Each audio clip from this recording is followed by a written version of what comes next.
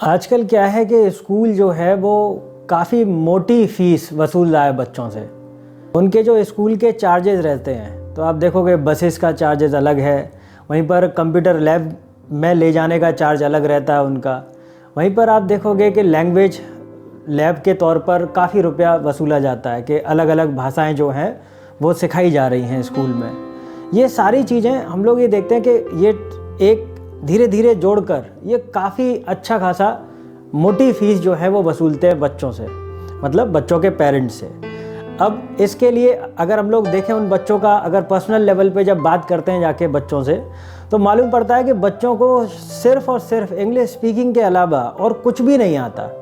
ना ही अगर subjective knowledge के बारे में बात करें तो ना तो सब्जेक्टिव नॉलेज पर फोकस किया जा रहा है स्कूल लेवल पे। और स्कूल में जो अगर टीचर्स का हम लोग देखें तो टीचर्स परमानेंट नहीं होते। एक तो टीचर की सैलरी कम होने की वजह से जॉब जो है वो स्विच करते रहते हैं। वो आज यहाँ पर है, कल आप देखोगे अगली बार जब पेरेंट्स टीचर मीटिंग होगी तो टीचर जो है वो दूसरा मिलेगा वहाँ पर। अब एक टीचर जो कि काफ़ी बार चेंज हो रहा है, अगर एक पोस्ट पर हम लोग देखें काफ़ी बार अगर टीचर चेंज हो रहे हैं तो जनरली बच्चों का और टीचर का जो कॉन्टेक्ट है, जो एक दूसरे के प्रति जो अंडरस्टैंडिंग डेवलप होती है, बच्चे को कोर्स का समझना, वहीं पर जो टीचर है उसकी रिस्पॉन्सिबिलिटी बच्चे को गहराई से समझना कि आखिर क्या क्या कमियां हैं, हमें किन किन एस्पेक्ट पर इस बच्चे पर फोकस करना होगा। तो वो सब चीज़ें धीरे धीरे ख़त्म हो रही हैं, क्योंकि एक तो स्कूल वाले उतना पेमेंट देते नहीं है प्राइवेट स्कूल्स में, ठीक है, लेकिन अगर स्कूल फ़ीस की बात करी जाए तो स्कूल की फ़ीस बहुत ज़्यादा वसूली जाती है। अब यहाँ पर पेरेंट्स को एक चीज़ समझनी चाहिए, जो मैं खासकर मिडिल क्लास के बारे में अगर बात करूँ तो मिडिल क्लास का एक वही परसेप्शन है कि हमें कहीं ना कहीं गवर्नमेंट जॉब चाहिए और या फिर एक प्राइवेट जॉब ऐसी मिले जो कि लाइफ जो है परमानेंटली बच्चे की जो है हमारी सेटल हो जाए और अर्निंग सोर्स जो है वो एक अच्छी अर्निंग सोर्स डेवलप कर पाएँ आगे जाकर। तो ये एक पेरेंट्स का माइंडसेट है। लेकिन वहीं पर स्कूल लेवल पे अगर हम लोग इतना इन्वेस्टमेंट कर देंगे, क्योंकि हम जानते हैं कि लगभग 10% तो मिनिमम है यहाँ पर स्कूल फीस बढ़ाई जाती है हर साल, और ये बढ़ जाती है। मतलब आप देखो कि 10% तो क्राइटेरिया मान के चलो कि ये हर स्कूल में एप्लीकेबल है। वहीं पर आप देखोगे ये फीस जो है वो 20% 30% तक भी ये सालाना इंक्रीज़ करते हैं। तो इसका सलूशन क्या है? सलूशन ये है कि पहले तो आप खुद इन चीज़ों को मॉनिटर करें कि स्कूल लेवल पे जो चीज़ें जो प्रोस्पेक्टस में उनके मेंशन करी गई कि ये सुविधाएं दी जाएंगी, अगर वो सुविधाएं नहीं मिल रही हैं तो आप ये समझिए आप गलत जगह पर बच्चे का एडमिशन कराया है आपने। तो आपको उसका अल्टरनेट क्या, जैसे एक ही पर्टिकुलर प्लेस पर सारी चीज़ें मिलना अवेलेबल नहीं है। मैं मानता हूँ कंप्यूटर कोर्सेज है, फॉरेन लैंग्वेज सीखनी है या फिर कोडिंग वगैरह सीखनी है, या फिर हम देखें कंप्यूटर की तरफ बच्चे का रुझान हमें कहीं ना कहीं दिख रहा है तो उसके लिए कोर्सेज कराने। तो ये सारी चीज़ें जो हैं वो एक प्लेटफॉर्म, एक स्कूल प्रोवाइड नहीं करा रहा। तो इसके लिए अल्टरनेट ये होना चाहिए, आपको एक बेसिक स्कूल में, मैं खासकर मिडिल क्लास को एक एडवाइस देना चाहता हूँ कि आप अपने बच्चे को एक नॉर्मल से स्कूल में डालें जहाँ पर फीस वगैरह इतनी ज़्यादा ना हो, ठीक है। आगे जाकर जब थोड़ा सा बच्चा मैच्योर हो जाए तो उसको वेरियस कोर्सेज, डिफरेंट कोर्सेज, जिस फील्ड में वो जाना चाहता है उसकी पर्सनलाइज कोचिंग वगैरह लगा दें। जैसे अगर आपको ट्रेनिंग दिलवानी है बच्चे को कि भाई स्विमिंग करानी है, मान लो को करिकुलर एक्टिविटी में या फिर एक्स्ट्रा करिकुलर एक्टिविटीज़ जो है वो कहीं ना कहीं बच्चा निपुण होना चाहिए, तो उसमें आप अगर स्विमिंग कराना चाहते हैं बच्चे को तो स्कूल को मोटी फीस ना दें, क्योंकि स्विमिंग की क्लासेस उनकी रेगुलर नहीं होंगी। आप एक चीज़ को समझिए, तो वो उस चीज़ के बदले में पूरी सालाना न जाने कितना फ़ीस वसूलेंगे। इससे बढ़िया ये है कि आप पास में कहीं स्विमिंग पूल देखें बच्चे के लिए और उसमें उसको जाने दें। उसका फ़ीस वगैरह जो थोड़ी बहुत जो फीस लगती है, और इतने चार्जेस हाई नहीं रहते, मैं जानता हूँ स्विमिंग पूल में, तो वो कोर्सेज वो ईजिली आप जो है वो स्विमिंग वगैरह सीख सकता है बच्चा। वहीं पर अगर मान लो कोई प्रोफेशनल कंप्यूटर कोर्स करना है बच्चे का तो स्कूल के ऊपर डिपेंडेंट ना हो। क्योंकि आप एक और चीज़ देखेंगे, एक और ट्रेंड है कि जब भी आप स्कूल में जाएंगे और स्कूल वाले आपसे बोलेंगे कि हमारे ये सुविधा हम लोग देते हैं, इवनिंग में हम लोग कराटे सिखाते हैं, जूडो कराटे सिखा रहे हैं, हम ताइक्वांडो क्लासेस अलग से देते हैं, ये जितना भी है ना, तो वो अलग से देते हैं का मतलब ये नहीं है वो फीस में इंक्लूडेड है। ये लोग क्या करते हैं कि शाम के टाइम बच्चों को बुला रहे हैं, उसके लिए अलग से पेमेंट ले रहे हैं, वसूल रहे हैं पेरेंट्स से। तो उसका जब स्कूल लेवल पे हम करा रहे हैं, इससे बढ़िया ये है हम रेगुलर बेस पर कहीं दूसरी जगह करा देंगे, बाहर कहीं करा देंगे, स्कूल पर हम डिपेंडेंट ही नहीं रहेंगे इतना ज़्यादा। तो ये जो बड़ी लूट मार मचा रखी है ना स्कूल वालों ने, इनसे हमें थोड़ा सा समझदारी से काम लेना है। और सोसाइटी का जो प्रेशर है वो ऐसा नहीं होना चाहिए कि सोसाइटी में हम लोग ये जानते हैं कि उसका बच्चा इस जगह जा रहा है, कोई पड़ोसी का बच्चा इस जगह जा रहा है, वो देख रहा है कि तुम्हारा बच्चा एक लोकल स्कूल में जा रहा है तो उसकी इमेज डाउन हो रही है। ऐसा बिल्कुल नहीं सोचना है। कारण क्या है कि आपको सारे जो चीज़ें कोर्सेज कराने हैं वो आप दूसरे मेथड से कराइए।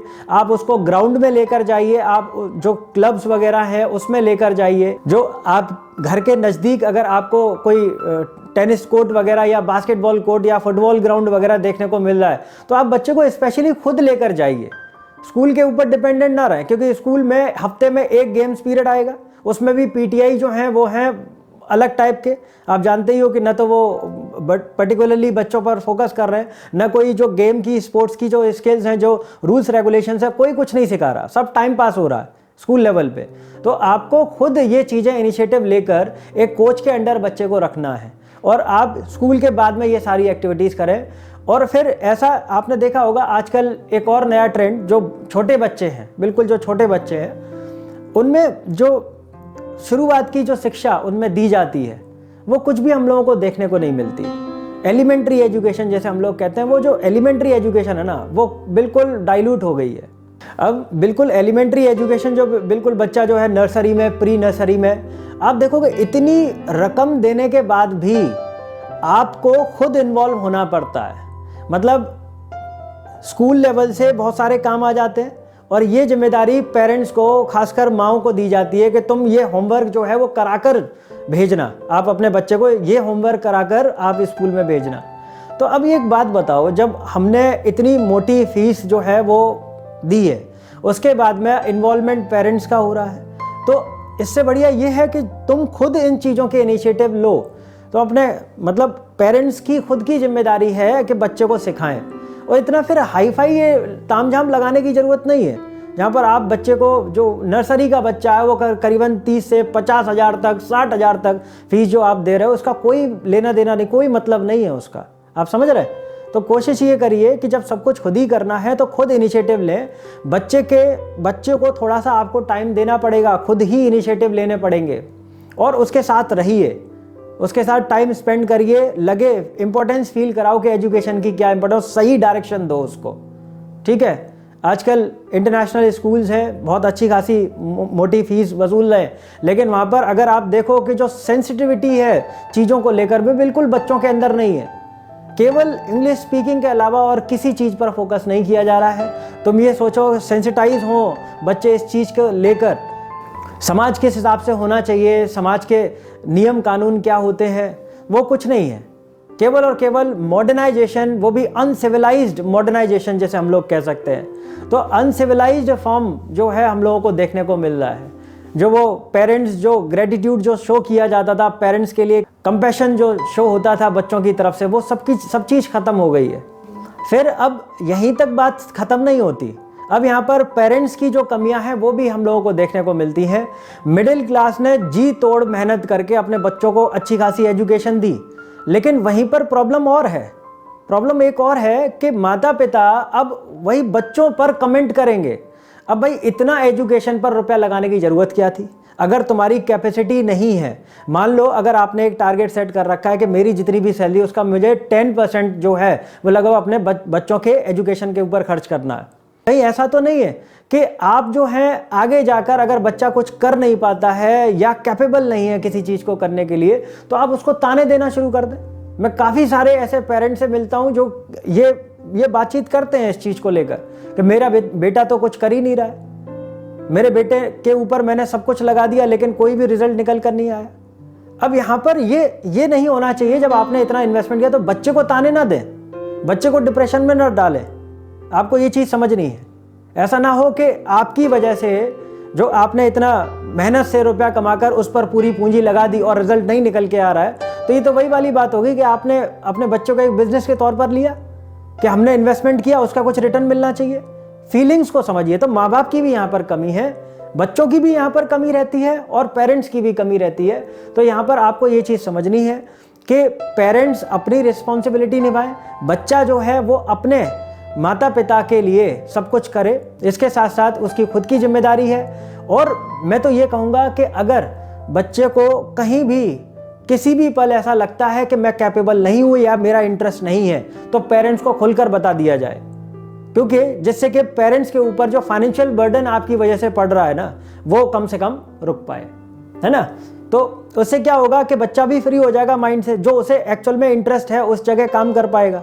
और जो पेरेंट्स है ना, वो भी कहीं ना कहीं उसके ऊपर कभी ब्लेम नहीं डाल पाएंगे इस चीज़ को लेकर कि हमने तेरे ऊपर इतना रुपया खर्च किया और तूने कुछ भी करके नहीं दिखाया, तो ये सब चीज़ें ख़त्म हो जाएंगी। तो कम से कम ये एक सलूशन है जहाँ पर पेरेंट्स और बच्चे जो हैं इनको समझना चाहिए कि कुछ इस तरह से हम लोगों को स्टेप लेने चाहिए।